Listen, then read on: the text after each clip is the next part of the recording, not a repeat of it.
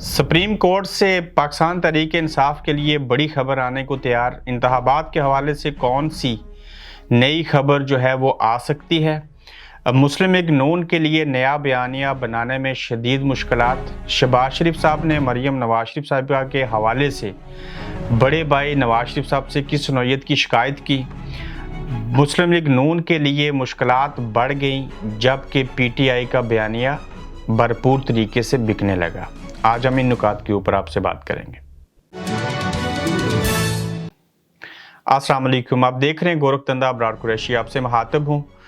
جو پاکستان تحریک انصاف کو عوام کے اندر مقبولیت مل رہی ہے اس میں اضافہ ہو رہا ہے۔ پاکستان تحریک انصاف نے مینار پاکستان کے اوپر جب سے جلسہ کیا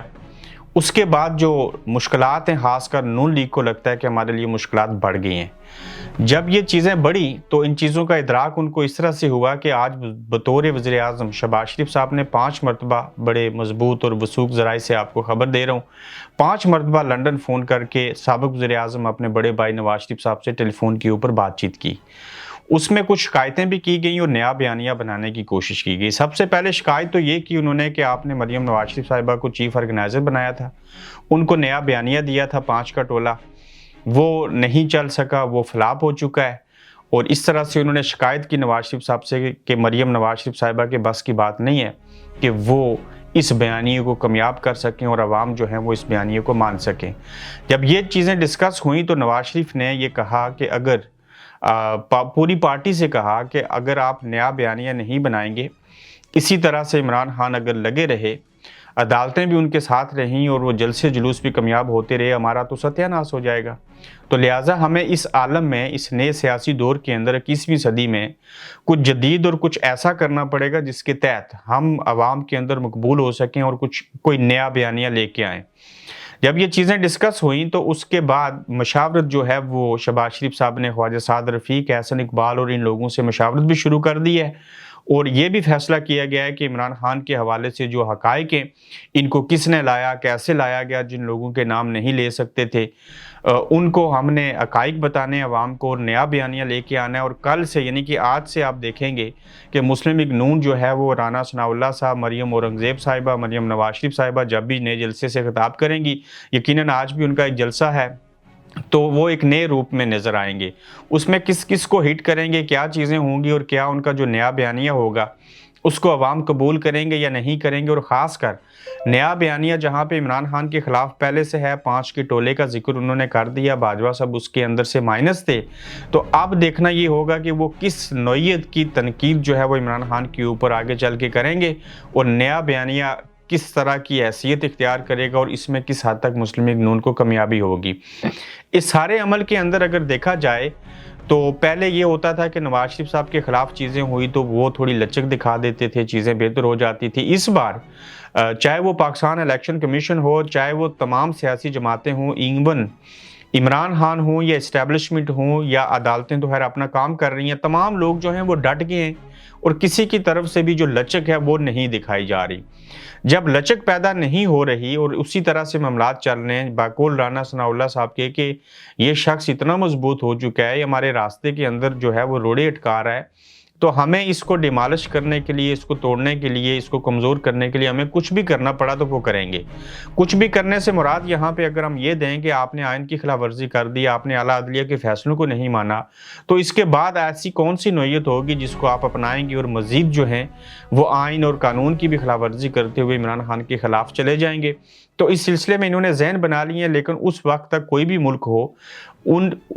کے ادارے اور سیاسی جماعتیں خاص کر آپس میں ان کی اتنی دشمنیاں، اتنی اناد، اتنی بغض ہو ان کے اندر، تو پھر اس طرح سے نظام نہیں چلتے، کسی نہ کسی کو لچک دکھانا پڑتی ہے۔ لیکن یہاں پہ لچک کیا دکھانی کہ ہم نے تو آئین کو ہی وائلیٹ کر دیا، عدالتوں کے فیصلوں کو ماننے سے انکار کر دیا،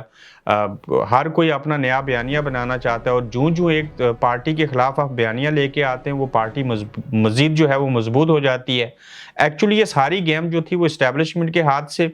سیاستدانوں کے ہاتھ سے اور باقی اداروں کے ہاتھ سے نکل کے عوام کی طرف چلی گئی ہے۔ چونکہ عوام کی طرف اس لیے چلی گئی ہے کہ عوام کی اکثریت یہ سمجھتی ہے کہ عمران خان جو کچھ کہہ رہے ہیں وہ بات ٹھیک ہے، اور عمران خان ان 11 جماعتوں کے مقابلے میں اور انکلوڈنگ اسٹیبلشمنٹ کے مقابلے میں اتنے مضبوط ہو چکے ہیں کہ وہ ان تمام کے اوپر بھاری پڑتے ہیں۔ اب جب ہم اس وقت بات کر رہے ہیں، آج سوموار کا روز ہے، جب آپ اس ولاگ کو دیکھیں گے نیا دن شروع ہو جائے گا، تو سپریم کورٹ کے اندر سے عدالت کی طرف سے ایک نئی خبر سامنے آ سکتی ہے، اور وہ خبر جو ہے وہ پی ٹی آئی کی حمایت میں ہوگی اور ان کے حق میں ہوگی۔ دراصل وہ تو نہ پی ٹی آئی کی حمایت میں ہوگی نہ ان کے حق میں، وہ آئین اور قانون کی روشنی میں ہوگی۔ اس کی تھوڑی سی بیک گراؤنڈ بتا دیتا ہوں کہ الیکشن کمیشن نے کہا کہ ہم الیکشن نہیں کروائیں گے، اور ایسا کہہ کے کہ ہم 30 اپریل کو یا مئی کو الیکشن نہیں کروا سکتے، لہٰذا الیکشن جو ہیں وہ اکتوبر میں ہوں گے، تو ایسا کر کے انہوں نے سپریم کورٹ کا جو عدالت عالیہ کا فیصلہ تھا اس کو ریجیکٹ کر دیا ہے۔ چونکہ یہ پہلے اپلیکیشن دی تھی پی ٹی آئی نے کہ یہ انتخابات جو ہیں وہ آئین اور قانون کی روشنی میں 90 دن کے اندر ہونے چاہیے، اور اسی آئین کی روشنی میں عدالت نے اس کے اوپر فیصلہ دیا تھا اور حکم صادر کیا تھا کہ آپ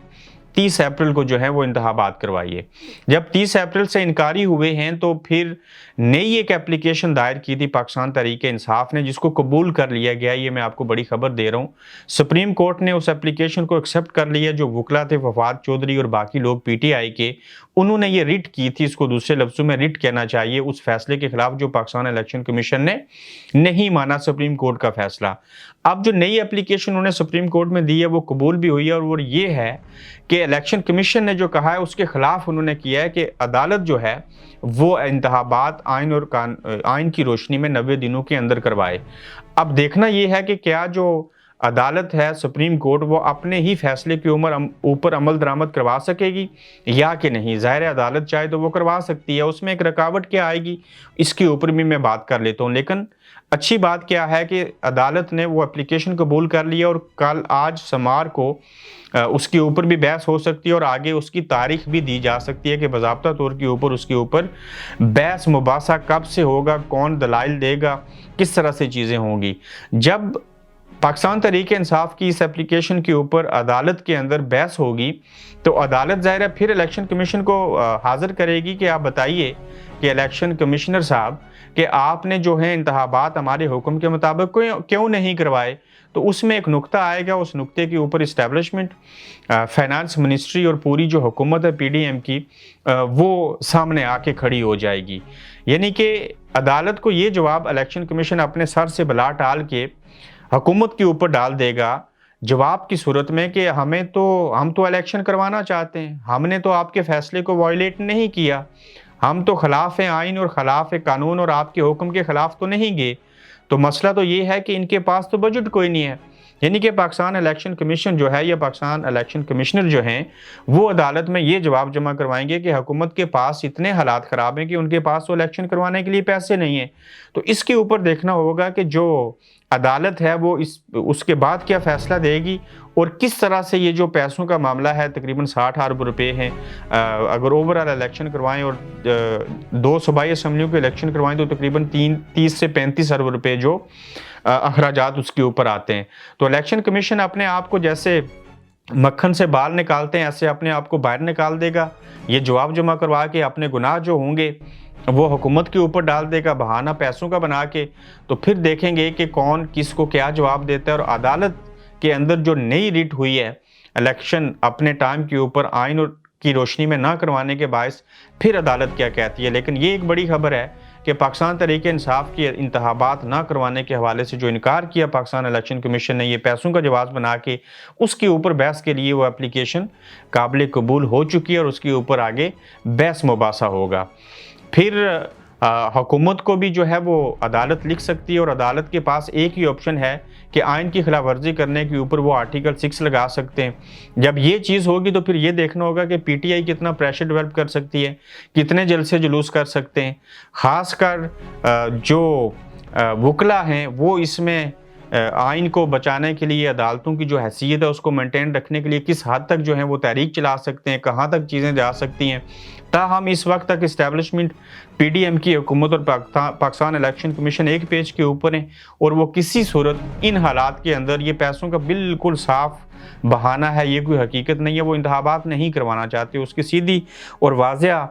جو وجوہات میں سے ایک بڑی وجہ ہے کہ عمران خان کی پاپولیرٹی زیادہ ہے، اگر دھاندلی بھی کر لی جائے، انتخابات اگر کروا دیے جائیں تو ایسے حالات کے اندر پاکستان تحریک انصاف جیت جائے گی، اور وہ نہیں چاہتے کہ پاکستان تحریک انصاف جو ہے وہ جیتے۔ یہ آج کی 2 اہم خبریں تھیں۔ مزید خبروں اور تجزیوں کے ساتھ دوبارہ آپ کی خدمت میں حاضر ہوں گے۔ اپنا خیال رکھیے۔ اللہ حافظ۔ آپ دیکھ رہے ہیں گورکھ دھندا ابرار قریشی کے ساتھ۔